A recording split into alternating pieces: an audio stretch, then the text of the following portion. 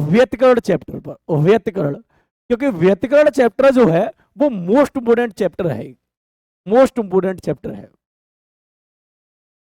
Most important chapter है। व्यतिकरण chapter जो है वो काफी मोस्ट इंपोर्टेंट चैप्टर है।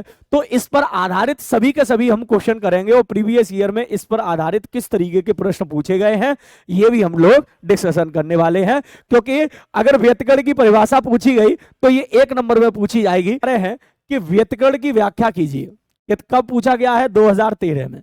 अच्छा, फिर और तरीके से क्या पूछा है? व्यतिकरण के, प्रकाश के व्यतिकरण से आप क्या समझते हैं? व्यतिकरण के लिए आवश्यक प्रतिबंध लिखिए। ये कब पूछा गया है? 2019 में। ये कब पूछा गया है? 2019 में। जी मिस सालू नमस्ते, नमस्ते।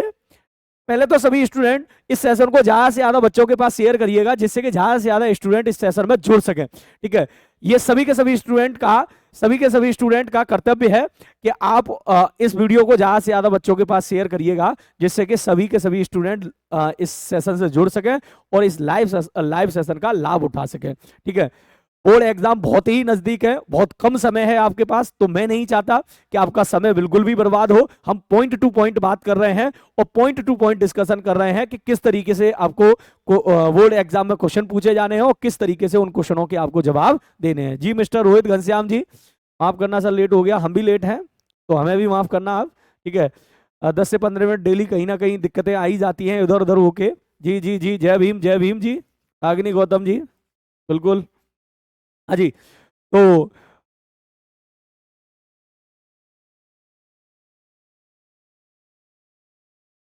ओके, तो आप देख पा रहे हैं कि व्यतिकरण जो है 2013 में किस तरीके से पूछा गया था, 2019 में किस तरीके से पूछा गया था। और व्यतिकरण से आप क्या समझते हैं? प्रकाश के व्यतिकरण के लिए आवश्यक शर्तें लिखिए, 2020 में पूछा गया। ठीक है, प्रकाश तरंगों के व्यतिकरण के लिए आवश्यक शर्तें लिखिए, 2014, 2015, 2016 ये क्वेश्चन पूछा गया है। प्रकाश के स्पष्ट प्रेक्षणीय व्यतिकरण पैटर्न प्राप्त करने के लिए आवश्यक शर्तें लिखिए, 2014 में पूछा गया है। दो तरंगों के बीच व्यतिकरण की क्या शर्तें होनी चाहिए, 2009 2018 में पूछा गया है। ये प्रश्न मैं इस वजह से उठा के लेके आया हूं कि आपको एक अंदाजा तो लगे कि बोर्ड एग्जाम में किस तरीके के प्रश्न पूछे जाते हैं, किस तरीके के प्रश्न पूछे जाते हैं। क्योंकि अभी जब हम ऑफलाइन या जहां भी कोचिंग पढ़ते हैं वहां हमारा एक टारगेट रहता है, वो टारगेट ये है कि टीचर आपको क्या कराएगा कि भैया सभी स्टूडेंट व्यतिकरण हेडिंग डाल लो, और व्यतिकरण क्या होता है उसे समझा के और उसे क्या कर देगा, लिखवा देगा। लेकिन जब इस तरीके का क्वेश्चन बनेगा तो आप दिक्कत में आ जाएंगे, और आप दिक्कत में ये आ जाएंगे कि अब लिखना क्या है साहब, हमने तो व्यतिकरण क्या होता है ये पढ़ा है और इसमें तो क्या पूछ लिया है कि प्रकाश के व्यतिकरण से क्या तात्पर्य है। तो इसका मतलब ये है वो प्रकाश के व्यतिकरण की परिभाषा ही आपसे पूछना चाह रहा है, क्या तात्पर्य है इसकी व्याख्या कीजिए। अब इसमें एक नई बात जोड़ दी, व्यतिकरण के लिए आवश्यक शर्तें लिखिए। अर्थात इसका मतलब ये है कि व्यतिकरण कब होगा इसकी भी शर्तें आप लिख दीजिएगा।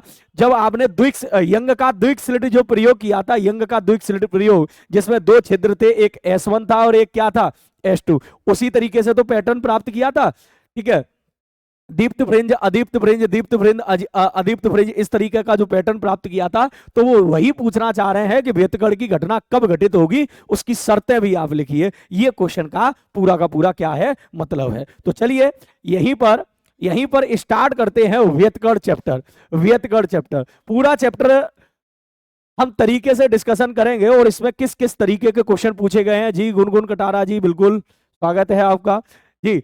तो पूरे का पूरा चैप्टर किस तरीके से डिजाइन किया गया है और इसमें कौन कौन से मोस्ट इंपोर्टेंट पूछे गए हैं आज तक और किस थ्योरी से पूछे गए हैं। इंपोर्टेंट ये है बेटा, इंपोर्टेंट क्या है, इंपोर्टेंट ये है कि आपने टॉपिक तैयार तो कर लिए हैं और टॉपिक तैयार करने के बाद भी आप वहां उसका आंसर ना लिख पाओ बल्कि गलत लिख आओ, पूछा कुछ है और आप कुछ लिख के आओ, तो उस चीज से भी मुझे आपको बचाना है और सब चीजें आपको कंफर्म करा के देनी है कि क्या पूछा है और क्या आपको लिखना है।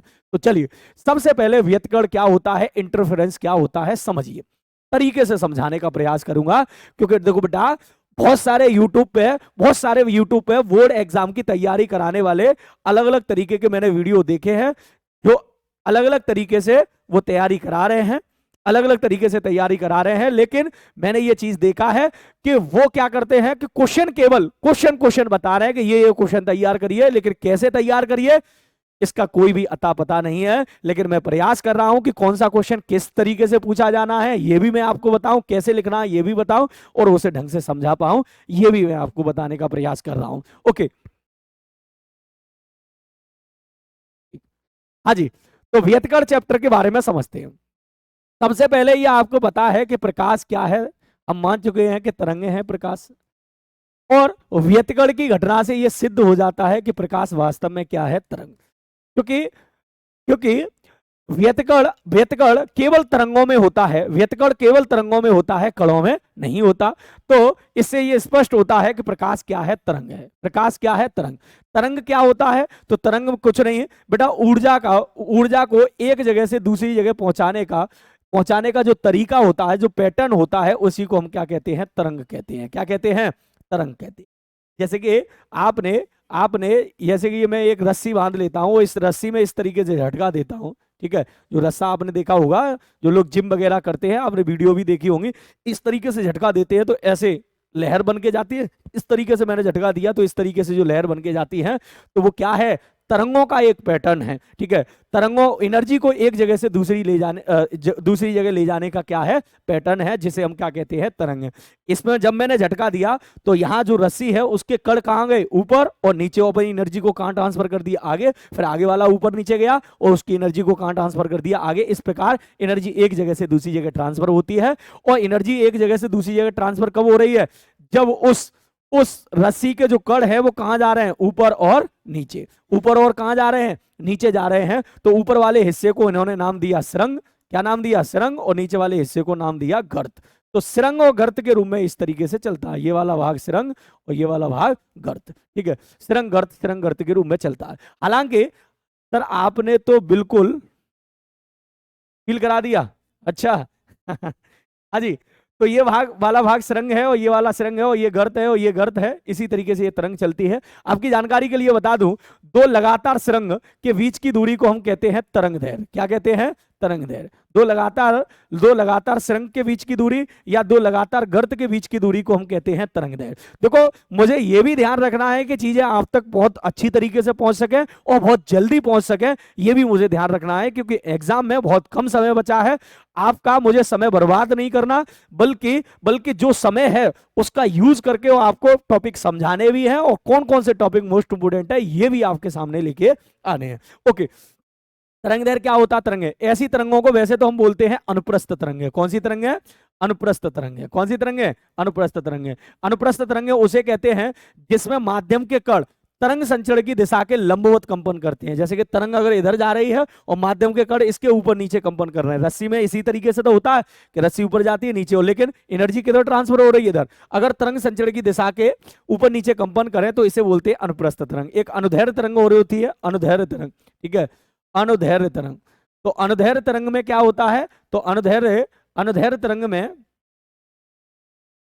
हाँ जी, तो अनुदैर्घ्य तरंग में क्या होता है, अनुदैर्घ्य तरंग में माध्यम के कण, जैसे कि तरंग इधर जा रही है तो माध्यम के कण इस तरीके से कंपन करेंगे। जैसे स्प्रिंग आपने देखी होगी, स्प्रिंग को आप दबा के छोड़ दें तो इस तरीके से कंपन कर रही है। तो मतलब इसका मतलब एनर्जी भी एक जगह से दूसरी जगह, जब हमने दबाया तो उसे एनर्जी दी, जैसे ही छोड़ेंगे तो वो क्या करेगी, कंपन करेगी। तो जिधर तरंग जा रही है उधर ही उसके माध्यम के कण क्या कर रहे हैं, कंपन कर रहे हैं। तो ऐसी तरंगों को बोलते हैं अनुदैर्घ्य। मुझे उम्मीद है कि यहाँ तरंग क्या होती है और प्रकाश तरंग है, किस तरीके की तरंग है, ये आपको अंदाजा लग गया होगा। सुरंग क्या होता है, गर्त क्या होता है, ये मैंने आपको यहाँ जानकारी दी। अब जल्दी से बात करते हैं व्यतिकरण क्या होता है। व्यतिकरण क्या होता है बेटा, मेरे पास ये कोई माध्यम है, ये कोई माध्यम है। माध्यम का मतलब क्या होता है, माध्यम का मतलब ये होता है, जैसे कि मैं इस कमरे में अभी खड़ा हुआ हूं और मैं कुछ बोल रहा हूं, तो मेरी जो ध्वनि है वो यहाँ के वायु के पार्टिकल कंपन करके एक जगह से कहां ले जा रहे हैं, दूसरी जगह ले जा रहे हैं। तो ये तरंग कहेंगे। ये एनर्जी एक जगह से दूसरी जगह जो ले जा रहे हैं उसे हम क्या कहेंगे, तरंग। तरंग कितने प्रकार की होती है, अभी मिस्टर रसपाल सिंह जी अभी हमने आप बताया कि तरंग दो प्रकार की होती है। अगर उनकी प्रकृति के आधार पर देखा जाए तो तरंग दो प्रकृति की होती है, एक अनुदैर्घ्य और एक अनुप्रस्थ। अगर माध्यम के कण तरंग संचरण की दिशा के लंबवत कंपन करेंगे वो तरंग ऐसी जा रही होगी, अनुदैर्घ्य होगी। यदि माध्यम के कण तरंग संचरण की दिशा के समांतर कंपन करेंगे तो वो क्या होगी, अनुप्रस्थ। वैसे तरंगे देखी जाए, माध्यम के आधार पर तरंगे देखी जाए, माध्यम के आधार पर, तो एक ऐसी तरंग है जिन्हें माध्यम की आवश्यकता होती है एक जगह से दूसरी जगह जाने के लिए, एनर्जी को एक जगह से दूसरी जगह ट्रांसफर करने के लिए जिन्हें जिन्हें माध्यम की आवश्यकता होती है, उसे हम कहते हैं यांत्रिक तरंग। कौन सी तरंग, उसे कहते हैं यांत्रिक तरंग। और जिन्हें माध्यम की आवश्यकता नहीं होती, एनर्जी बिना माध्यम के एक जगह से दूसरी जगह ले जा सकती है। मिस्टर रविंद्र जी गुड इवनिंग, गुड इवनिंग। ठीक है, तो जो बेटा बिना माध्यम के एक जगह दूसरी एनर्जी को एक जगह से दूसरी जगह ले जा सकती है, उसे हम कहते हैं वैद्युत चुंबकीय तरंगें।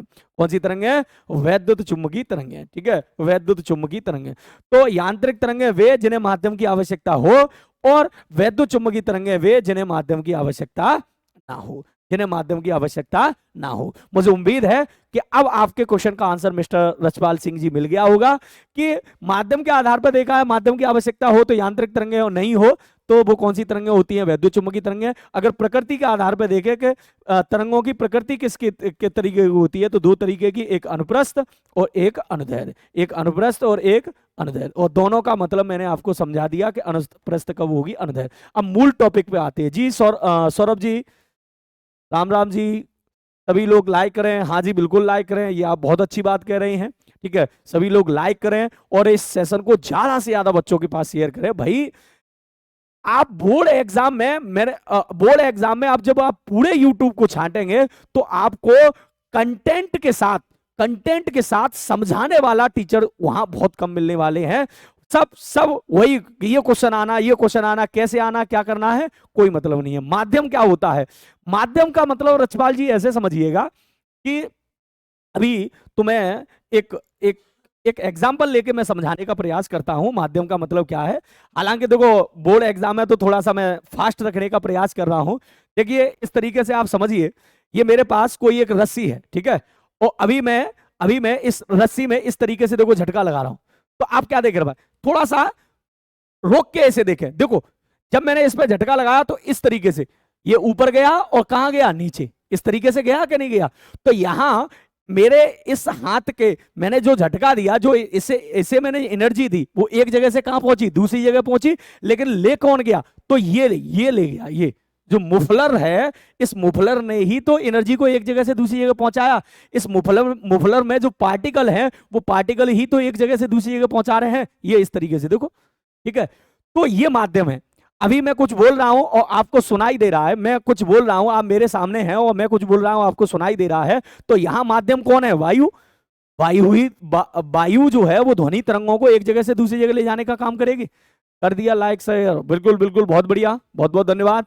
अब मुझे उम्मीद है आप समझ में आ गया हो। तो चलिए, माध्यम का मतलब आपको समझ में आ गया कि जो तरंगों को एक जगह से दूसरी जगह ले जाए, या जिस चीज के पार्टिकल कंपन करें और कंपन करने के बाद एनर्जी को एक जगह से दूसरी जगह ट्रांसफर करें, उसे हम कहते हैं माध्यम। क्या कहते हैं, माध्यम। तो ये मेरे पास कोई एक माध्यम है और इस माध्यम में दो तरंगें एक साथ किसी एक जगह मिल रही हैं।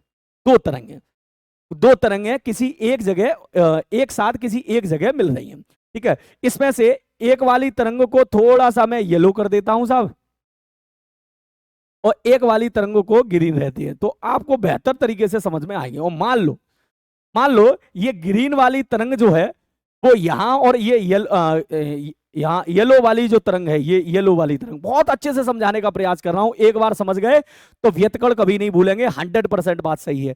अब समझिए, तो ये मेरे पास ये तरंग है और ये भी मेरे पास एक तरंग है, दो तरंगे हैं, और दोनों तरंगे एक माध्यम में एक साथ किसी एक कण पर, किसी क्षण, ठीक है, किसी क्षण एक कण पर ये मिल गई जाके।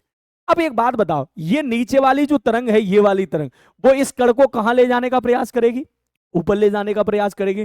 जबकि जो ऊपर वाली तरंग है वो इस कण को कहां ले जाने का प्रयास करेगी, नीचे ले जाने का प्रयास करेगी। एक और जानकारी के लिए बता दूं, कोई कण अपनी माध्य मूल स्थिति के जितना ऊपर जाता है या जितना वो नीचे आता है, जितना ऊपर जाता है या जितना नीचे जाता है, वह उसका क्या कहलाता है, आयाम कहलाता है। क्या कहलाता है, आयाम।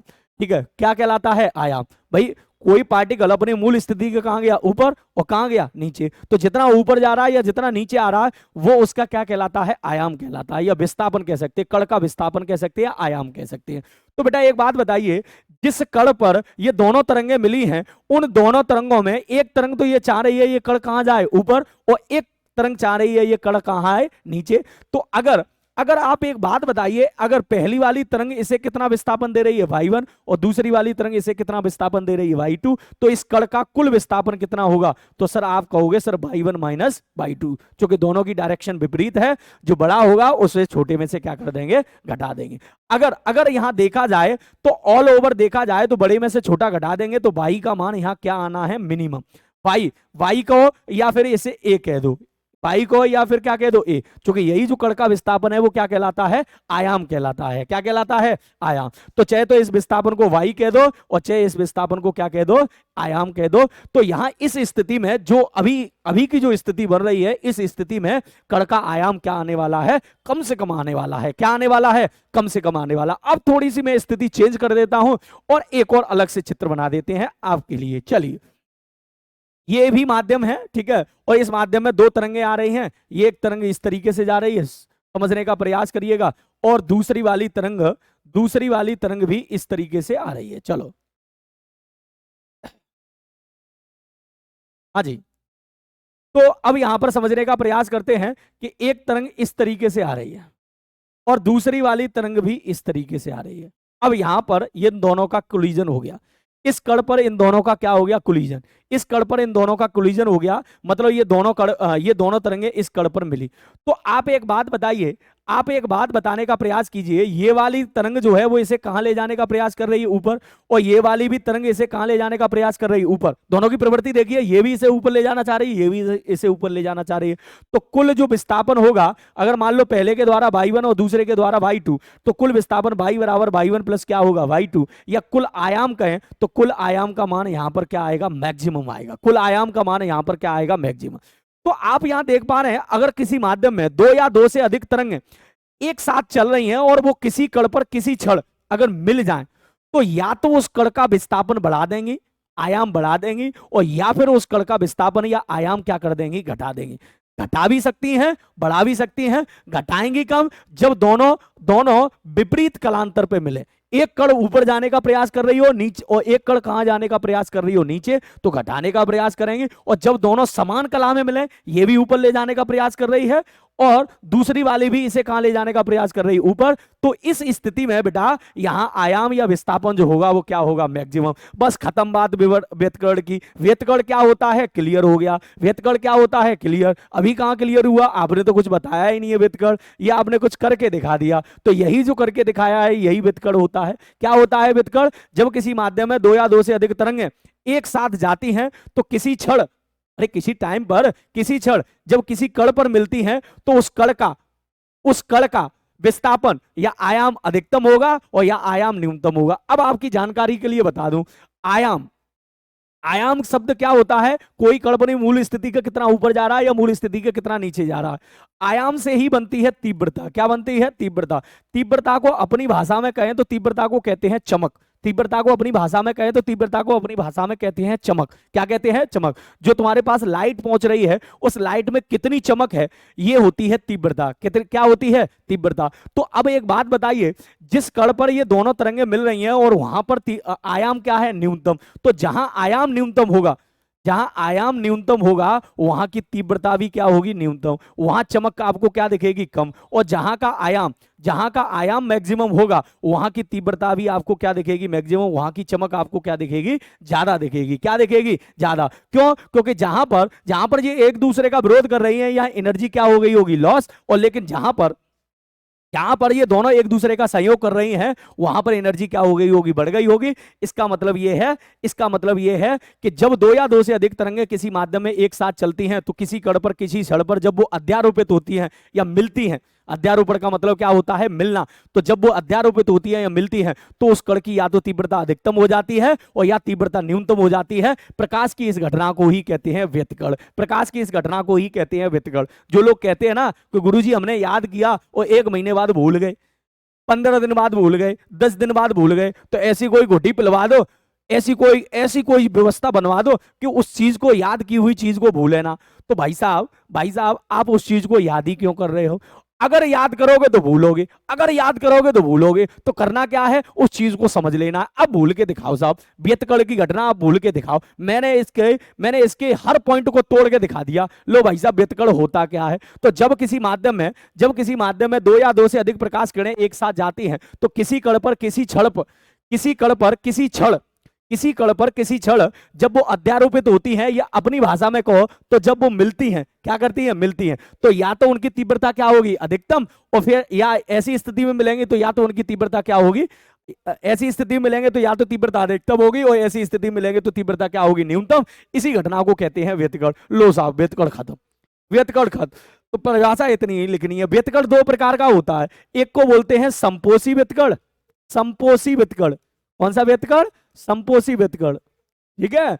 और एक को बोलते हैं विनाशी व्यतकण, एक को बोलते हैं विनाशी व्यतकण, ठीक है, विनाशी व्यतकण, विनाशी व्यतकण। तो बेटा जो आपने अभी व्यतकण की परिभाषा सुनी, इसी में संपोषी है और इसी में विनाशी है।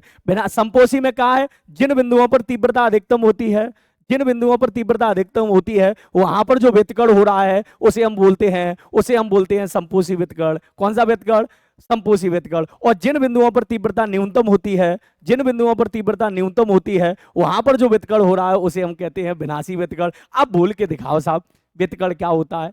तो जब किसी माध्यम में दो या दो से अधिक प्रकाश किरणें जाएंगी, किसी क्षण किसी कण पर मिलेंगी, तो या तो उस कण की तीव्रता बढ़ा देंगे और या फिर उस कण की तीव्रता घटा देंगे। अब कब बढ़ा देंगे और कब घटा देंगे ये भी आपको पता है। अगर ऐसी स्थिति मिल रही हो कि एक ऊपर ले जाने का प्रयास कर रही हो, एक नीचे ले जाने का, तो यहाँ तो तीव्रता घटा देंगे, क्योंकि यहाँ आयाम घट जाएगा, एनर्जी लो हो जाएगी। दोनों एक दूसरे को क्या कर रही है, निरस्त करने का प्रयास कर रही है। तो इस जगह तो तीव्रता न्यूनतम होगी, और जिस जगह तीव्रता न्यूनतम होगी वहां कौन सा व्यतकण होगा, विनाशी। और ऐसी स्थिति हुई कि दोनों ही उसे उठाने का प्रयास कर रही हैं, वहां एनर्जी बढ़ाने का प्रयास कर रही हैं, वहां एनर्जी लॉस नहीं होगी बल्कि उस कण की एनर्जी क्या हो जाएगी, बढ़ जाएगी। और ऐसी स्थिति में तीव्रता क्या होगी, अधिकतम। ऐसे व्यतकण को कहते हैं संपोषी व्यतकण। भूल के दिखाओ साहब, अब कैसे भूल के दिखाओगे, क्या भूल पाओगे, नहीं भूल पाओगे, बिल्कुल नहीं भूल पाओगे। तो बस यही तो कहानी आपको समझाने का हम प्रयास करा रहे हैं, ठीक है, यही तो बात आपको बताने का क्या करा रहे हैं, प्रयास करा रहे हैं, ठीक है। समझ में आई कि नहीं बात आई, ओके, क्लियर करके बताओ समझ में आई कि नहीं आई, व्यतकण क्या होता है।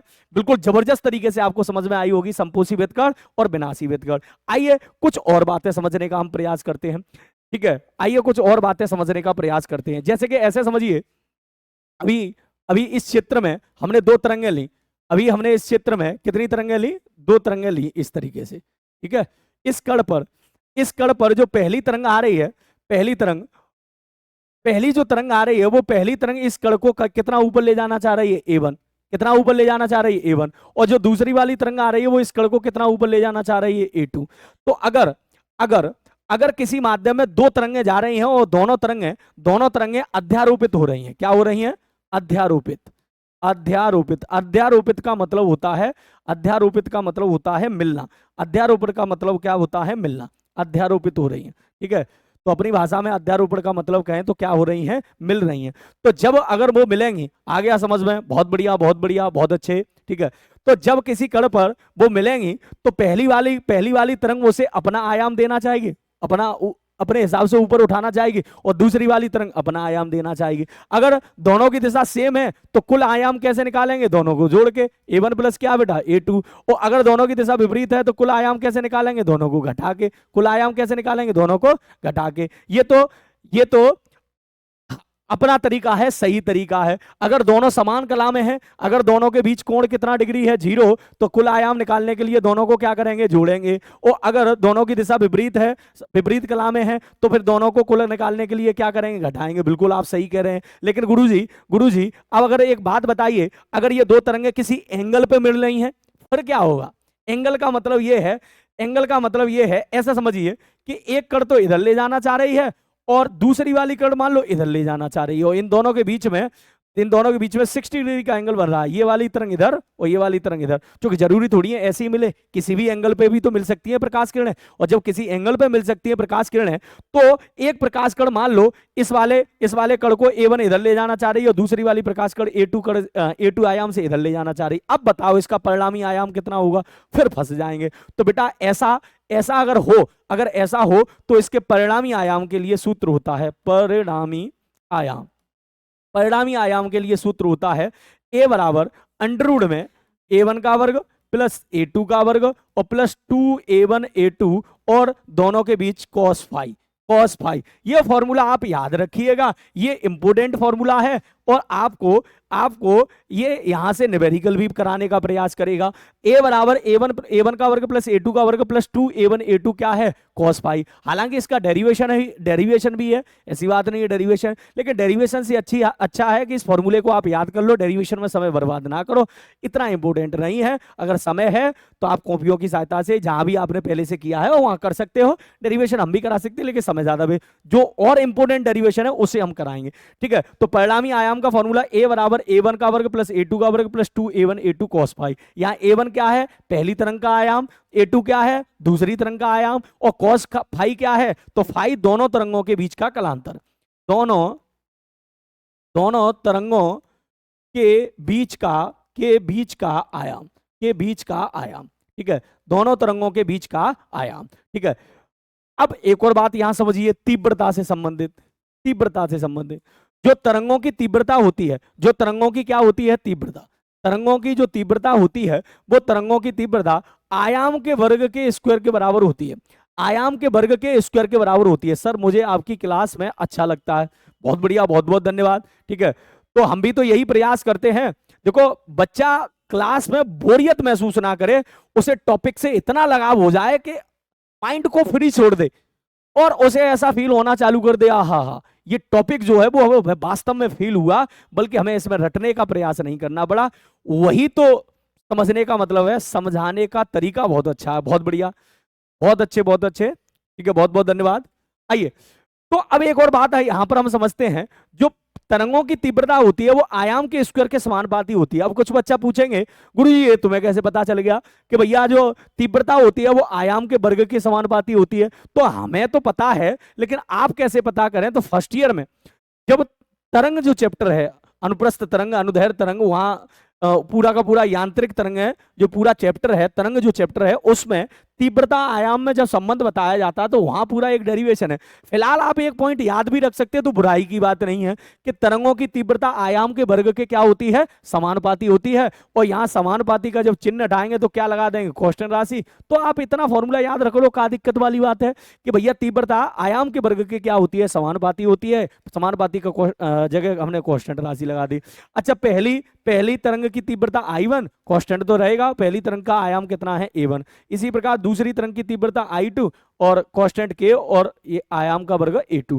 अब एक बात बताइए, यहां पर देखिएगा इसका हम दोनों तरफ वर्ग कर दे रहे हैं, तो बेटा ए स्क्वायर बराबर ये आ जाएगा A1 का वर्ग प्लस A2 का वर्ग plus 2A1 A2 cos phi, 2A1 A2 cos phi. ठीक है, अच्छा 2A1 A2 क्या, cos फाई। चलिए, अब एक बात बताओ, यहां से अगर हम ए स्क्वायर की वैल्यू निकालना चाहें तो ए स्क्वायर की देखना, थोड़ा सा एक लाइन आप भी समझने का प्रयास करना, के इधर मल्टीपल में नीचे किस में पहुंच जाएगा, भाग में, तो इसकी वैल्यू आ जाएगी आई अपॉन के। कितनी वैल्यू आ जाएगी, आई अपॉन ए। वन का वर्ग वैल्यू निकालना तो ये इधर पहुंच जाएगा, तो I1 अपॉन के, और यहां पर I2 अपॉन के, लेकिन प्लस 2।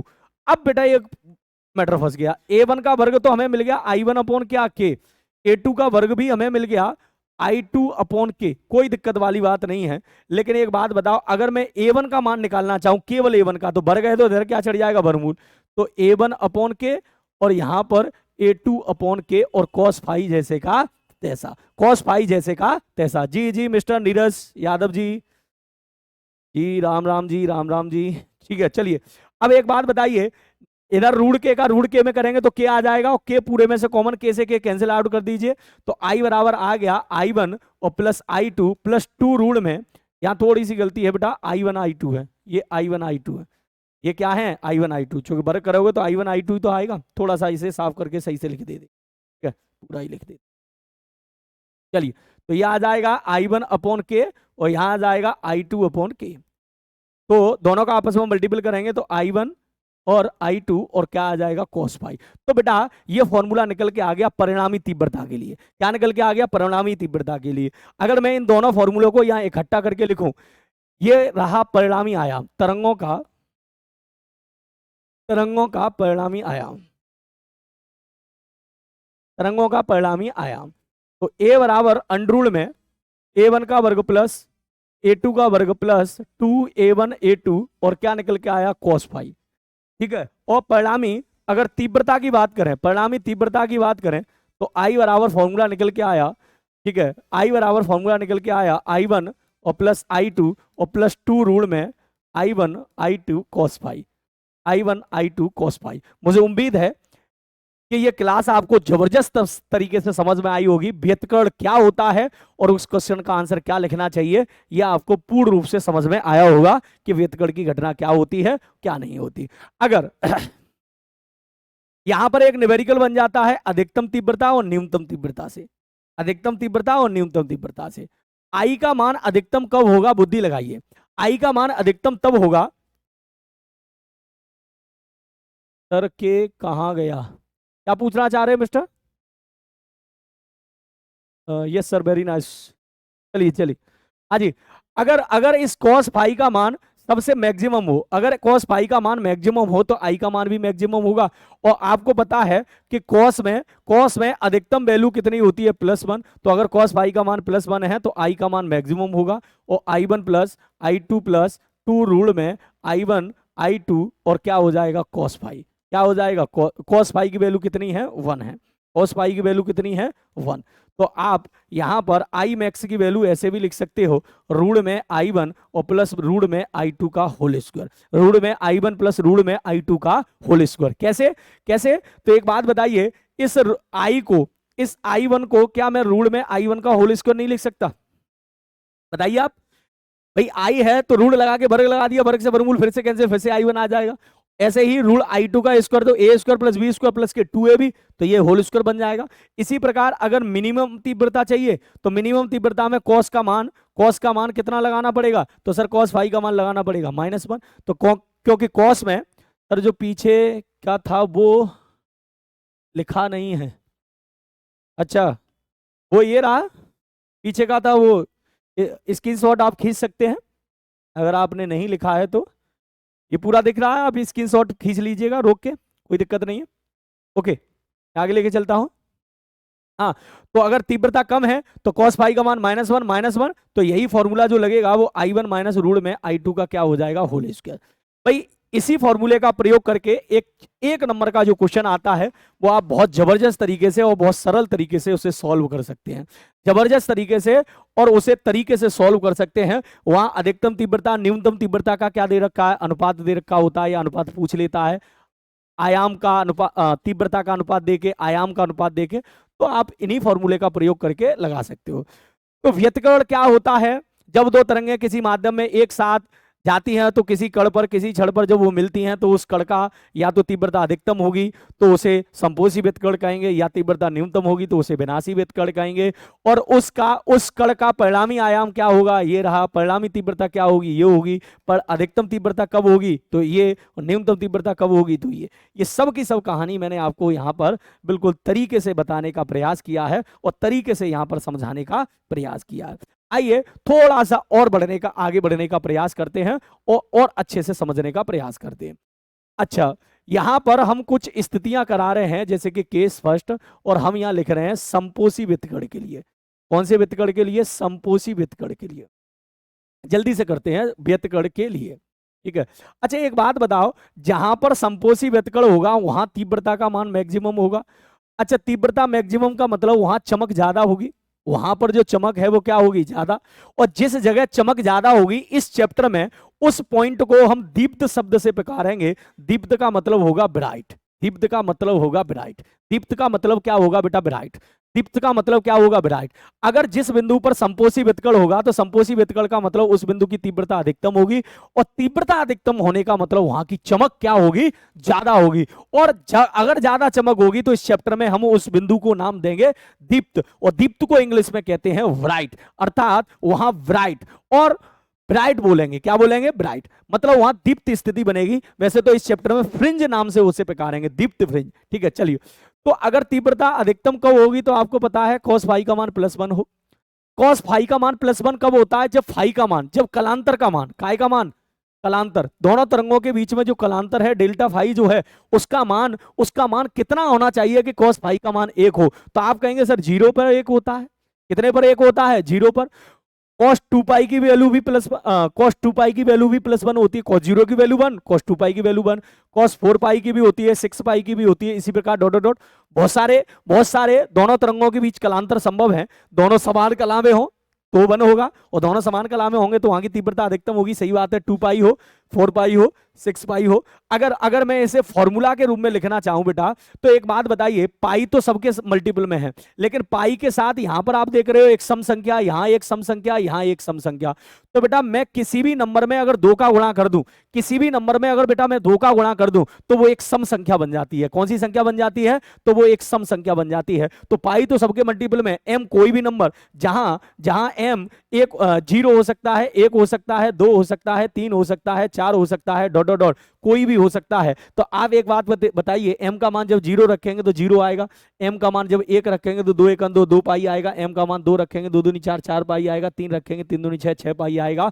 तो बताओ बताओ ये फॉर्मूला क्या इस कलांतर को प्रूव कर रहा है? तो आंसर है हाँ, यहां पर कर रहा है। तो बेटा जो व्यतकण की घटना में, काय की घटना में, व्यतकण की घटना में कलांतर का फॉर्मूला होता है 2m पाई। कब के लिए? दीप्ति स्थिति के लिए। कौन सी स्थिति के लिए? दीप्ति स्थिति के लिए। बहुत जबरदस्त तरीके से मैं समझाने का प्रयास कर रहा हूं। ये चैप्टर एग्जाम में 5 नंबर का, 3 से 5 नंबर का चैप्टर है, और मैं कोशिश कर रहा हूं कि इस चैप्टर का प्रत्येक मूल पॉइंट को मैं आपको समझा सकूं इस 1 घंटे की क्लास में। अगर ये 1 घंटे की क्लास आपने देख ली व्यतकण वाले में, तो मुझे नहीं लगता कि व्यतकण में आपको कुछ देखने की जरूरत है, कोई भी पॉइंट आपको अलग से देखने के लिए जरूरत नहीं है। तो दीप्त का अब यहाँ पथांतर और होता है। पहले तो एक शब्द में मैं आपको पथांतर के बारे में समझाऊंगा कि पथांतर क्या होता है। जैसे ऐसे समझिए, एक प्रकाश कण यहां से निकली और इसने x1 दूरी तय की, एक प्रकाश कण इस जगह से निकली और इसने x2 दूरी तय की, और इस कण पर ये अध्यारोपित हुई। अध्यारोपित का मतलब आपको मैं बता चुका हूं कि मिली। अच्छा, जब ये अध्यारोपित होंगी तो या तो यहाँ की तीव्रता मैक्सिमम होगी और या तो यहाँ की तीव्रता क्या होगी? मिनिमम होगी। ठीक है, तो इसे तो हम क्या कहेंगे? व्यतिकरण। क्या कहेंगे इसे? कि ये तो सर व्यतिकरण की घटना घटित हो गई। काय की घटना घटित हो गई? व्यतिकरण की घटना घटित हो गई। तो बेटा जब ये प्रकाश कण यहां से चली तो x1 की दूरी तय की, यहां से चली तो कितनी दूरी तय की? x2 के। तो बताओ क्या इनके बीच में कोई पथांतर है? पथों में अंतर। पथांतर मतलब पथों में अंतर। तो हाँ सर, ये डिस्टेंस ज्यादा तय करके आई है और ये डिस्टेंस क्या तय करके आई है? कम। तो सर पथांतर का मतलब पथों में अंतर। जो दो प्रकाश किरणें एक दूसरे पर मिल रही हैं, जिस कण पर मिल रही हैं, तो वो कहां से इस कण पर मिल रही हैं, तो उन दोनों के बीच में जो अंतर है वही होता है पथांतर। बेटा एक फॉर्मूला होता है कि कलांतर बराबर 2 पाई अपॉन लेमडा और मल्टीपल पथांतर। कलांतर बराबर 2 पाई अपॉन लेमडा मल्टीपल पथांतर। ये भी फर्स्ट ईयर की फिजिक्स का ही फॉर्मूला है, याद रख लो, इंपोर्टेंट है इस चैप्टर में। कलांतर बराबर 2 पाई अपॉन लेमडा मल्टीपल पथांतर। यहां कलांतर कितना है? तो सर 2m पाई और 2 पाई बट्टे लेमडा और मल्टीपल पथांतर डेल्टा एक्स। 2 पाई से 2 पाई कैंसिल आउट हो जाएगा ये, तो यहाँ डेल्टा एक्स बराबर यहाँ m बचना है और क्या बचना है? लेमडा। तो बेटा ये निकल के आ गया पथांतर। क्या निकल के आ गया? पथांतर। कब की स्थिति में? दीप्त की स्थिति में। नोट छाप लो ये पॉइंट। अगर कहीं दीप्त फ्रिंज बन रही होगी, कौन सी फ्रिंज बन रही होगी? दीप्त। दीप्त का मतलब होता है जहां की चमक ज्यादा होगी, जहां की क्या होगी? चमक ज्यादा होगी। उस जगह कलांतर का फॉर्मूला होगा 2m पाई। क्या होगा कलांतर का फॉर्मूला? 2m पाई। और उस जगह पथांतर का फॉर्मूला होगा m lambda. m lambda most important, यहां से न्यूमेरिकल बन जाता है, बच्चा भूल जाता है कि क्या बताया था, 2m पाई बताया था, m। मैंने आपको इस तरीके से ये टॉपिक बता दिया कि आपको भूलने का कोई भी मतलब नहीं है। पूरा कंसेप्ट खोल के रख दिया, पूरे के पूरे इसके हर पॉइंट को मैंने तोड़ के फेंक दिया। बताइए समझ में आया कि नहीं आया? जल्दी से अब बात करते हैं विनाशी व्यतकण के लिए। विनाशी व्यतकण, ठीक है, विनाशी व्यतकण की चर्चा करते हैं। विनाशी व्यतकण कब होगा? आप सब लोगों को पता है, जब तीव्रता न्यूनतम हो। तीव्रता न्यूनतम कब होगी? जब cos फाई का मान -1 हो। cos फाई का मान -1 होगा तो यहाँ जो कलांतर जो फाई दिख रहा है, डेल्टा फाई जो दिख रहा है, हम कलांतर को डेल्टा फाई से व्यक्त कर दे रहे हैं। तो जो डेल्टा फाई दिख रहा है वो -1 कब होगा? तो वो -1 तब होगा बेटा जब cos की वैल्यू कितनी होगी? पाई। अरे भाई फाई की वैल्यू अगर 180 है तो cos 180 की वैल्यू -1, और कितनी होगी? 3 पाई, और कितनी होगी? 5 पाई, और कितनी होगी? 7 पाई, 7 पाई, इसी प्रकार डॉट डॉट डॉट। तो अगर आप इसे फॉर्मूला के रूप में लिखना चाहो तो सर पाई तो सबके मल्टीपल में है ही, पाई के साथ साथ यहाँ पर यहाँ 1 है, यहाँ 3 है, यहाँ 5 है, तो विषम संख्या है। तो बेटा किसी भी नंबर से 2 से मल्टीपल कर दो तो वो सम बन जाएगा, किसी भी नंबर से अगर 2 से मल्टीपल कर दो तो क्या बन जाएगा, सम। कोई भी नंबर, जैसे कि 7 ले लो, 7 में 2 का गुणा करो 14, सम संख्या है। अगर आप किसी भी नंबर में 2 से गुणा करके तो सम बन जाएगा, और 1 जोड़ दें और या फिर 1 घटा दें तो वो बन जाएगा विषम, वो बन जाएगा विषम। जैसे कि 5, 2 का गुणा करो 10, 1 जोड़ोगे 11, विषम हो गया, 1 घटाओगे 9, क्या हो गया, विषम। तो इसका मतलब इसमें चाहे तो 1 जोड़ दो और चाहे 1 घटा दो, ये बन गई विषम संख्या। और यहां पर m का मान होगा 1 2 3 4 डॉट डॉट डॉट रखिए। 1 2 एकन 2 2 2 एकन 2 2 में से 1 गया, कितना बचा, 1 1 पाई। 2 2 दूनी 4 4 में से 1 गया, 3 पाई। 3 3 दूनी 6 6 में से 1 गया, 5 पाई। पूरा सेटिस्फाइड हो रहा है, पूरा सेटिस्फाइड हो रहा है। समझ में आया कि नहीं आया, बिल्कुल समझ में आया होगा। अब बात करते हैं पथांतर की। अभी आपने पढ़ा कलांतर बराबर 2 पाई अपॉन लैम्डा और मल्टीपल होता है पथांतर, ठीक है। तो कलांतर का वैल्यू कितना है, 2m-1 और पाई और बराबर 2 पाई अपॉन लैम्डा और मल्टीपल पथांतर, ठीक है। पाई से पाई क्या हो गया, कैंसल। तो डेल्टा x बराबर जो पथांतर की वैल्यू निकली वो 2m-1 लैम्डा अपॉन 2। बेटा मोस्ट इंपोर्टेंट, मोस्ट इंपोर्टेंट समझिए भाई, आई का मान मिनिमम का मतलब क्या है कि यहां की जो तीव्रता है वो कम होगी, मतलब चमक कम होगी, चमक कम होगी। और अगर चमक कम होगी तो ऐसे बिंदुओं को हम बोलते हैं अदीप्त। क्या बोलते हैं, अदीप्त। जिन बिंदुओं की चमक कम होगी, भाई वहां लाइट कम दिखेगी, तो ऐसे बिंदुओं को हम क्या कहते हैं, अदीप्त। तो बेटा यहां पर एक और बात समझ में आई कि अगर कहीं अदीप्त फ्रिंज बन रही होगी, अदीप्त फ्रिंज, यहां पर फ्रिंज शब्द से पुकारेंगे इन बिंदुओं को, तो कहीं अगर अदीप्त फ्रिंज बन रही होगी तो वहां पर कलांतर, तो आप कहेंगे सर कलांतर 2m-1, ठीक है, 2m-1 lambda upon 2, 2m-1 lambda upon 2। और पथांतर तो डेल्टा x बराबर, उल्टा लिख दिया, कलांतर ये रहा 2m-1 और क्या पाई, और पथांतर क्या है 2m-1 लैम्डा अपॉन 2, ठीक है। अदीप्त की स्थिति देख लीजिए, अदीप्त की स्थिति देख लीजिए क्या है, 2m पाई m लैम्डा।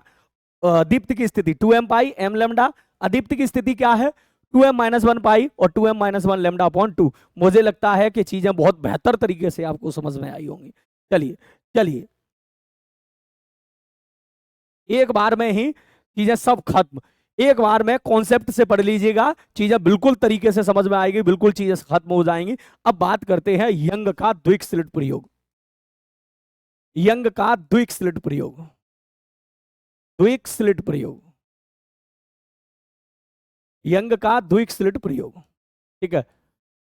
इसे इसे द्विक झिर्री प्रयोग भी कहते हैं, इसे कहते हैं द्विक झिर्री प्रयोग भी कह सकते हैं। यंग का द्विक झिर्री प्रयोग, द्विछिद्र प्रयोग, स्लिट की जगह वो छिद्र कह सकता है। क्लास में मजा नहीं आ रहा, क्लास में मजा नहीं आ रहा। अरे क्या कहना चाह रहे हैं मिस्टर धीरज कुमार, कितनी जबरदस्त तो मैं क्लास यहाँ पढ़ा रहा हूं, आपको क्या दिक्कत आ रही है वो बताइएगा। इस क्लास को और इंटरेस्टेड बनाने के लिए देखो, क्लास को इंटरेस्टिंग दो तरीके से बनाया जा सकता है।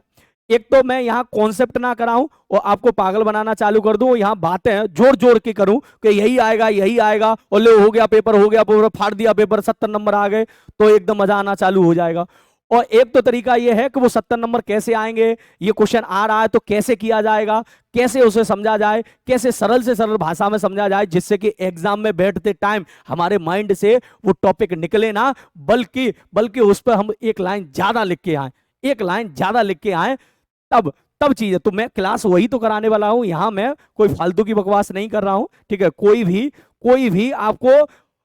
भी आपको ऐसा झूठा वादा नहीं कराना चाह रहा हूं मैं कि लो आगे भाई आपके 70 में से 70 नंबर, 70 के 70 नंबर लाने के लिए आपको कंसेप्ट पकड़ना पड़ेगा, कंसेप्ट पकड़ना पड़ेगा जी। हाँ जी, हाँ जी, चलिए। तो यंग का द्विक स्लिट प्रयोग, यंग का द्विक झिर्री प्रयोग, इसमें से कुछ भी हो सकता है, मोस्ट इंपोर्टेंट टॉपिक है, मोस्ट इंपोर्टेंट टॉपिक कह सकते हैं, ठीक है। अब यंग का द्विक स्लिट प्रयोग क्या है, तो यंग साहब ने क्या किया, धीरज कुमार जी सॉरी सर, अरे तो फिर आपने लिखा ही क्यों जब आप सॉरी बोलना चाह रहे हैं, ठीक है। देखो बार बार एक ही बात आपको बताई जा रही है कि मेरी इस क्लास का मतलब यह है कि एग्जाम टाइम पर जो क्लास है वो उसमें आपको गुमराह ना करके और आपको सटीक पॉइंट बताए जाएं कि तैयारी करनी कैसे है। समस्या इस बात की है, एग्जाम में जब आप कोई टॉपिक तैयार करके लेके आएंगे तो वहां का जो प्रेशर है वो प्रेशर हैंडल ना कर पाया तो तैयार किया हुआ ही भूल जाते हैं। आपने ऐसे खूब सारे बच्चों के मुंह से सुना होगा। वो भूल क्यों जाते हैं? उसका सबसे बड़ा कारण यही होता है कि वो तैयारी उस लेवल की नहीं करते जिस लेवल की उन्हें करनी चाहिए। ओके, तो मोस्ट इंपोर्टेंट टॉपिक है, इसके लिए इन्होंने क्या किया, एक स्रोत लिया, एक प्रकाश स्रोत, प्रकाश स्रोत, ठीक है, और इससे आगे एक पर्दा रखा, इससे आगे एक क्या रखा, पर्दा, ये रहा पर्दा, ठीक है। इस पर्दे को हमने पी से व्यक्त किया और यहां पर एक रेखा चित्र किया, यहां पर एक रेखा चित्र, चलो ये रेखा चित्र हमने कहते,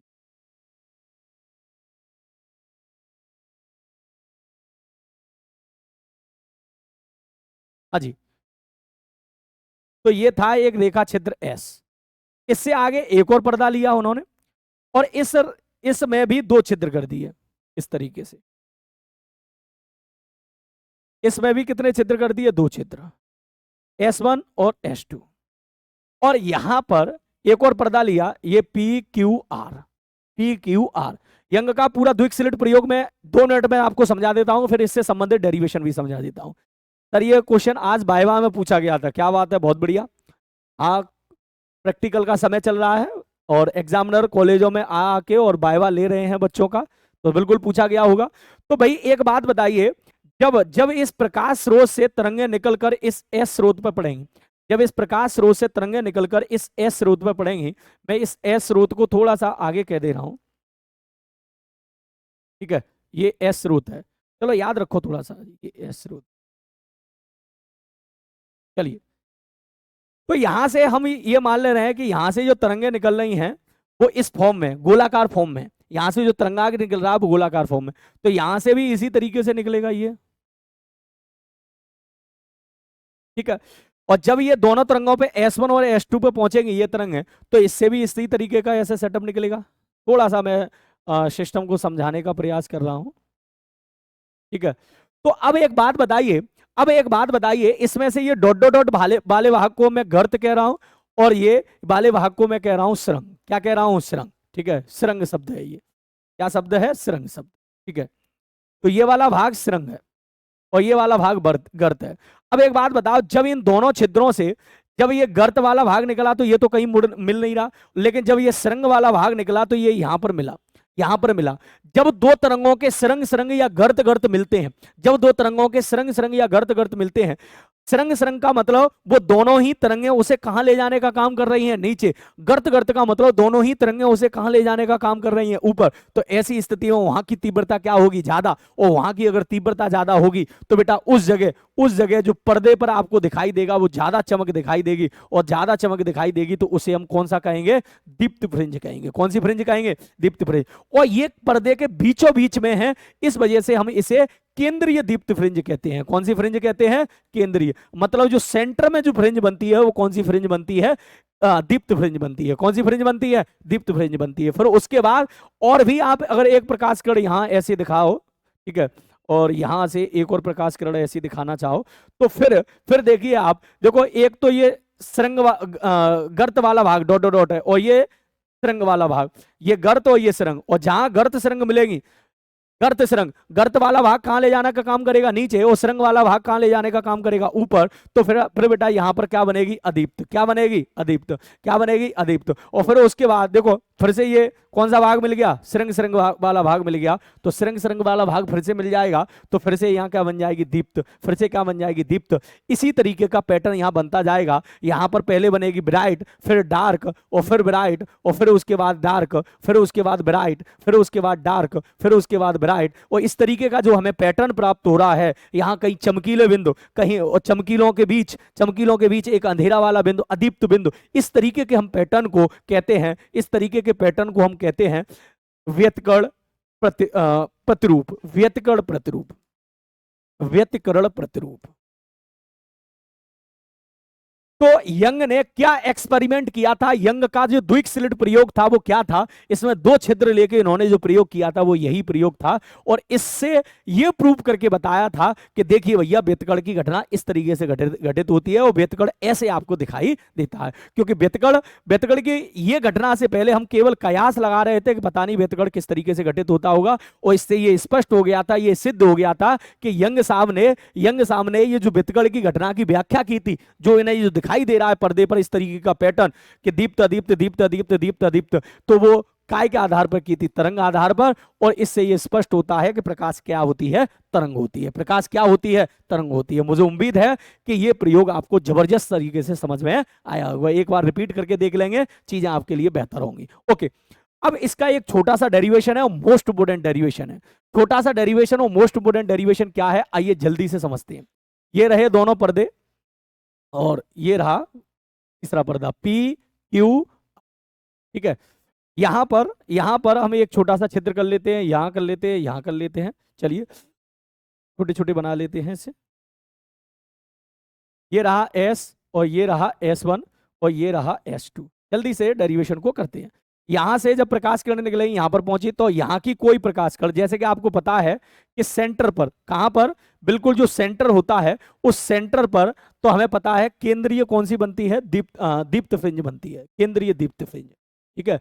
तो केंद्रीय दीप्त फ्रिंज बनती है, फिर उसके बाद अदीप्त दीप्त अदीप्त दीप्त अदीप्त दीप्त, इस तरीके का पूरा पैटर्न रहता है। तो बेटा पहले वाले इस छिद्र से कोई प्रकाश किरण निकली, और यहां से भी कोई प्रकाश किरण निकली, और ये दोनों प्रकाश किरणें मान लो यहाँ P बिंदु पर मिली। कहां पर मिली, P बिंदु पर। ये R तो पर्दे का नाम है, ये R जो है वो थोड़ा सा पर्दे का नाम है, तो यहां इसे हम अलग लिखते हैं, पर्दा है, ठीक है। तो चलिए, तो ये P बिंदु पर मिली। कहां पर मिली, P बिंदु पर। अब P बिंदु पर दीप्त फ्रिंज बनेगी या अदीप्त फ्रिंज बनेगी, वो कौन से नंबर की बनेगी, क्योंकि यहां से नंबरिंग चालू हो जाती है। पहले नंबर की दीप्त, फिर पहले नंबर की अदीप्त, पहले नंबर की दीप्त, फिर अदीप्त, दूसरे नंबर की, तीसरे नंबर की, चौथे नंबर की। तो बेटा यहां पर हम मान ले रहे हैं ये एम्बे नंबर की है। कौन से नंबर की है, एम्बे क्रम की है।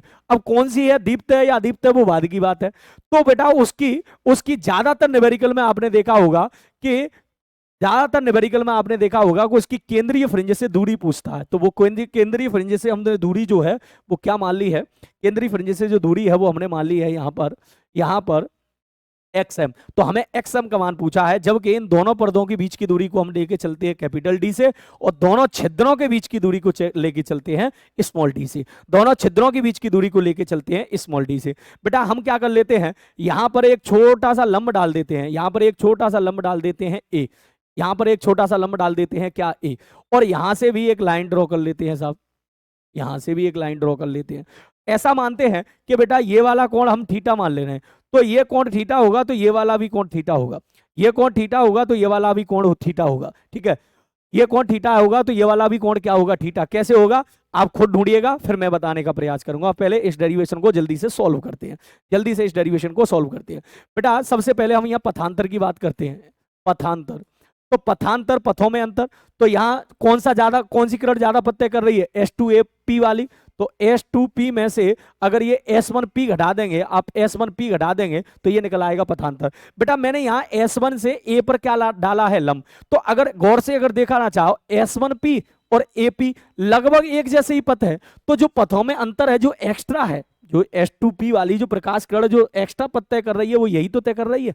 तो मैं इस पथांतर को S2A के बराबर रख दूं तो कोई गलत तो नहीं होगा, S2P माइनस S1P, क्योंकि इतना ही एक्स्ट्रा है, बाकी को तो लगो ऊपर की क्या है, प्रकाश किरणों के बीच जो पथों में अंतर है वो क्या है, बराबर है। क्या है पथों में अंतर, बराबर। एक बार बताइए चीजें समझ में आ रही है कि नहीं आ रही है। मोस्ट इंपोर्टेंट डेरिवेशन है बेटा, ये मोस्ट इंपोर्टेंट डेरिवेशन है, और आपको इस डेरिवेशन को समझना ही होगा, 3 नंबर में पूछा जाना है। चलिए आगे करते हैं। अब मैं बात करता हूं त्रिभुज S2A/S1 में, S2A/S1 में, और यहां ये 90 डिग्री का कोण है, तो समकोण त्रिभुज है वो, यहां पर हम लेके चल रहे हैं टेन थीटा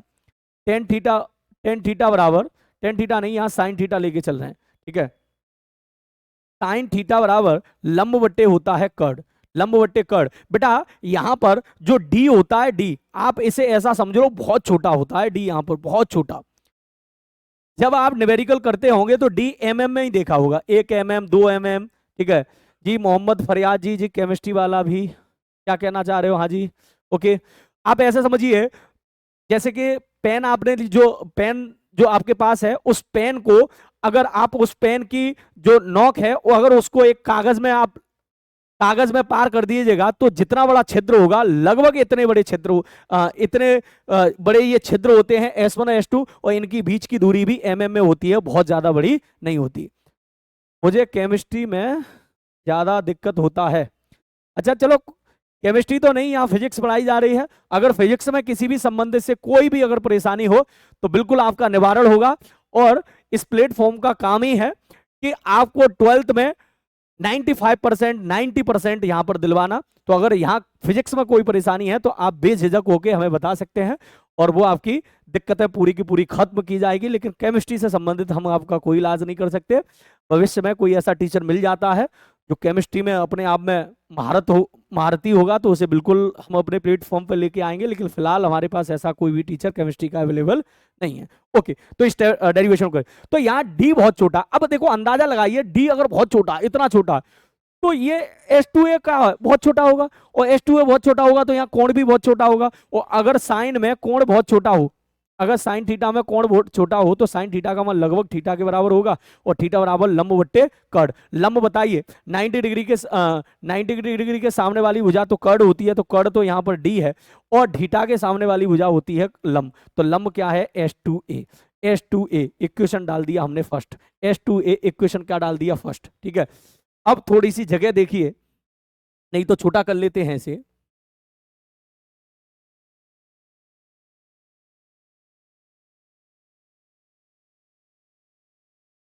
चलिए, हाँ,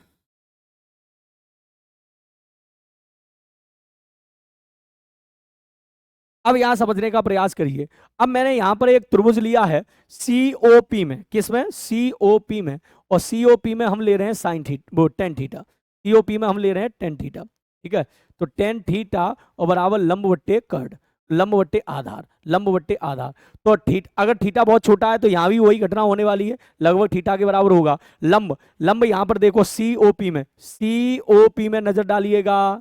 ठीक है, सीओपी में लंब क्या है? एक्स एम, आधार क्या है? डी। तो यहां से लंब एक्स एम है और आधार क्या है? डी। इसे इक्वेशन क्या डाल देंगे? सेकंड। इसे इक्वेशन क्या डाल देंगे? सेकंड। सर एक क्वेश्चन पूछना है, पूछिए, बिल्कुल पूछिए, बेझिझक होके पूछिए। आपके ही क्वेश्चन के आंसर देने के लिए यहाँ पर इस सेशन को लेके आए हैं, और आप भी नहीं पूछेंगे तो कौन पूछेंगे? समीकरण 1 व 2 को क्या करने पर? बराबर करने पर। समीकरण 1 और 2 को क्या करने पर? बराबर, क्योंकि समीकरण 1 भी थीटा का मान है और समीकरण 2 भी किसका मान है? थीटा का मान। तो यहाँ समीकरण 1 H2A बट्टे डी और ये XM बट्टे डी। ठीक है, H2A बट्टे डी और ये क्या है? XM बट्टे डी। ठीक है, तो यहाँ से H2A का मान आ गया XM स्मॉल डी बट्टे कैपिटल डी। ये निकल आया पथांतर का सूत्र। काय का सूत्र? पथांतर। ठीक है, जब दो किरणें यंग के द्विक स्लिट प्रयोग में, यंग के द्विक झिर्री प्रयोग में, यंग के द्विक रेखा छिद्र प्रयोग में अगर दो तरंगें किसी बिंदु पर मिल रही हैं तो उन दोनों बिंदुओं के बीच का पथांतर का फॉर्मूला आ गया XM स्मॉल डी बट्टे capital D. Most important formula साहब, मोस्ट इंपोर्टेंट फॉर्मूला। कुछ लोग सोच रहे हैं कि डेरिवेशन तो गुरुजी बहुत अच्छी तरीके से करा देती है, थ्योरी कैसे लिखेंगे? तो बार बार ही आपको एक आंसर दिया जा रहा है कि सर थ्योरी लिखने के लिए आपको जो चित्र में बातें दिख रही हैं बस ऐसे ही छाप दो कि साहब हमने एक पी पर्दा लिया है जिसमें एक एस रेखा चित्र बनाया है, और इससे कुछ दूरी पर एक प्रकाश स्रोत लिया है, और इससे आगे एक क्यू पर्दा लिया है जिसमें दो रेखा चित्र हैं S1 S2, दोनों के बीच की दूरी कितनी है? डी। इस पर्दे डी से, इस पर्दे क्यू से एक डी दूरी पर एक और पर्दा है आर, एक और पर्दा क्या है? आर, जिस पर व्यतकर्ण फ्रिंजें प्राप्त हो रही हैं। जिस पर कौन सी फ्रिंजें प्राप्त हो रही हैं? व्यतकर्ण फ्रिंजें प्राप्त हो रही हैं। इतनी आप हिंदी लिख दो, बल्ले बल्ले हो जाएगी, एकदम गजब। ठीक है, लेकिन अब यहां पर ये फॉर्मूला आप याद रखो, यहां पर ले आइए इस फॉर्मूले को। H2A बराबर क्या होता है? XM स्मॉल डी बट्टे कैपिटल डी। एक बार टिप लीजिए जल्दी से। तो XM स्मॉल डी बट्टे कैपिटल डी, टिप लिया आपने, XM स्मॉल डी बट्टे कैपिटल डी। ठीक है, ये पथांतर का सूत्र है। काय का सूत्र है? पथांतर। अब यहां पर केस फर्स्ट में आपने कौन सी फ्रिंज बनी है? दीप्त। अगर मान लो बिंदु पी पर जो आपने बिंदु पी लिया था चित्र में, अगर बिंदु पी पर कौन सी फ्रिंज बन रही है? दीप्त फ्रिंज बनती है। कौन सी फ्रिंज बनती है? दीप्त फ्रिंज बनती है। ठीक है, अगर यहां पर कौन सी फ्रिंज बनती है? दीप्त फ्रिंज बनती है।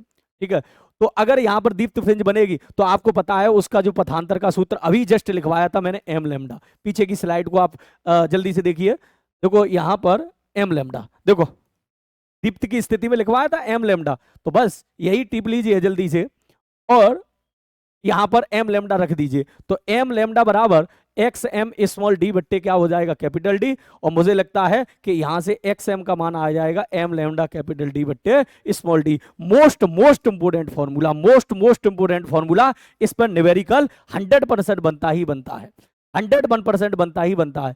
विद्युत अनुनाद किसे कहते हैं, चलो बता देंगे सर, आप ही केमिस्ट्री पढ़ा दो। अच्छा क्या बात है, सालू जी कह रहे हैं आप ही केमिस्ट्री पढ़ा दो, तो फिर केमिस्ट्री वालों का क्या होगा ये बताओ। एलसीआर सर्किट, एलसीआर सर्किट, अच्छा उनका आंसर देना चाह रहे हैं, कोई बात नहीं।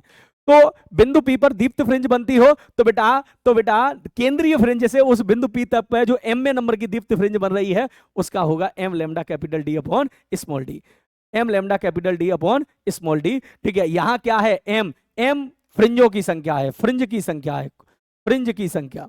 ठीक है, कि कौन से नंबर की फ्रिंज बन रही है। एम का मान 1 हो सकता है, 2 हो सकता है, 3 हो सकता है, 4 डॉट डॉट कुछ भी हो सकता है। और बाकी के तुम्हें पता है लेमडा क्या है, जो तरंगे डाली जा रही हो उन तरंगों की तरंग दैर्घ्य, तरंगों की तरंग दैर्घ्य के सेकंड में हम कह सकते हैं बिंदु पी पर, बिंदु पी पर अदीप्त फ्रिंज बनती है। कौन सी फ्रिंज, अदीप्त फ्रिंज बनती है। और अगर अदीप्त फ्रिंज होगी तो बेटा उसका जो पथांतर का फॉर्मूला है, उसके जो पथांतर का सूत्र है S2A बराबर, वो अभी आपको बताया था 2m - 1 लेमडा अपॉन 2।